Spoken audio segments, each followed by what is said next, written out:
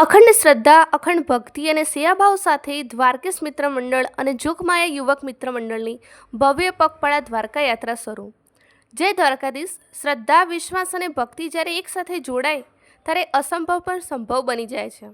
આવી જ અડંગ આસ્થા અને ભગવાન શ્રી દ્વારકાધીશ પ્રત્યેની અપાર ભક્તિ સાથે દ્વારકેશ મિત્ર મંડળ તથા જોગમાયા યુવક મિત્ર મંડળ દ્વારા ભવ્ય પગપાળા દ્વારકા યાત્રાનું આયોજન કરવામાં આવ્યું છે. આ યાત્રા પાછળ એક અનોખી માનતા જોડાયેલી છે. આયોજકો દ્વારા ભગવાન શ્રી દ્વારકાધીશ સમક્ષ પ્રાર્થના કરવામાં આવી હતી કે તેમના નવા શોરૂમનું કાર્ય 12 મહિનાની અંદર સફળતાપૂર્વક પૂર્ણ થશે તો તેઓ પરિવારજનો અને મિત્ર મંડળ સાથે પગપાળા દ્વારકાધીશના દર્શન કરવા આવશે. ભગવાનની કૃપાથી માનતા પૂર્ણ થતાં આજે સમગ્ર મિત્ર મંડળ ભક્તિભાવ સાથે પગપાળા દ્વારકા યાત્રા પર નીકળ્યું છે. યાત્રાના માર્ગમાં દરેક ગામ અને દરેક સમાજના લોકો દ્વારા અપાર પ્રેમ, સ્નેહ અને સેવાભાવ જોવા મળી રહ્યો છે.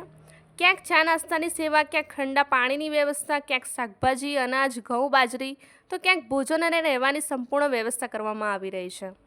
અનેક દાતાઓ પોતાના ખર્ચે નિસ્વાર્થ સેવા આપી રહ્યા છે, જેના કારણે યાત્રાળુઓમાં આનંદ અને ઉત્સાહનો માહોલ સર્જાયો છે. યાત્રાળુઓએ જણાવ્યું કે સમગ્ર માર્ગ દરમિયાન એવો અનુભવ થઈ રહ્યો છે કે જાણે સાક્ષાત ભગવાન શ્રી દ્વારકાધીશ તેમની સાથે ચાલતા હોય. ભગવાનની કૃપાથી સમગ્ર યાત્રા સુખદ અને નિર્વધ રીતે આગળ વધી રહી છે અને ક્યાંય કોઈ મુશ્કેલીનો સામનો કરવો પડ્યો નથી. યાત્રાનું આયોજન ખૂબ જ સુવ્યવસ્થિત રીતે કરવામાં આવ્યું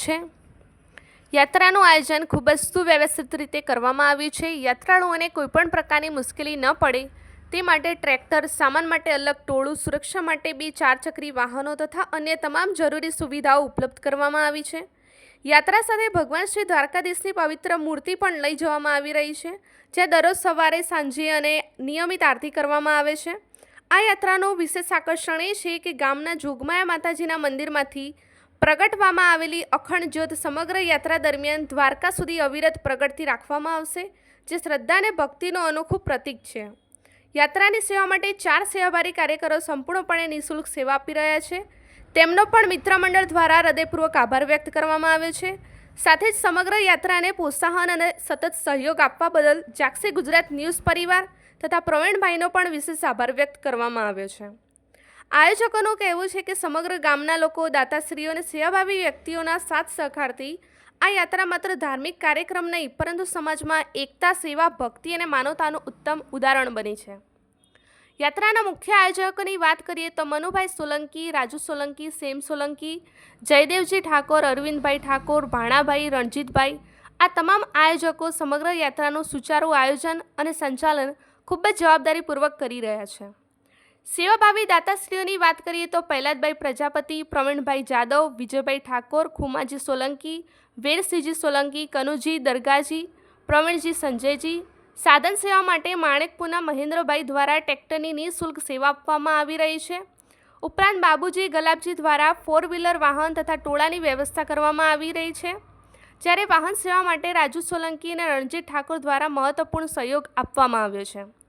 અંતમાં દ્વારકેશ મિત્ર મંડળ અને જોગમાયા યુવક મિત્ર મંડળ દ્વારા તમામ દાતાશ્રીઓ, સેવાભાવી લોકો, ગ્રામજનો તથા માર્ગમાં વિવિધ સ્થળોએ પ્રેમ અને લાગણીથી સેવા આપનાર દરેક વ્યક્તિનો હૃદયપૂર્વક આભાર વ્યક્ત કરવામાં આવ્યો છે અને ભગવાન શ્રી દ્વારકાધીશને પ્રાર્થના કરવામાં આવે છે કે આ પવિત્ર યાત્રા સોના આશીર્વાદ અને સહયોગથી સફળતાપૂર્વક પૂર્ણ થાય તથા સોના જીવનમાં સુખ, શાંતિ અને સમૃદ્ધિનો આશીર્વાદ વરસે. જય દ્વારકાધીશ. રિપોર્ટર પ્રવીણસિંહ જાદવ.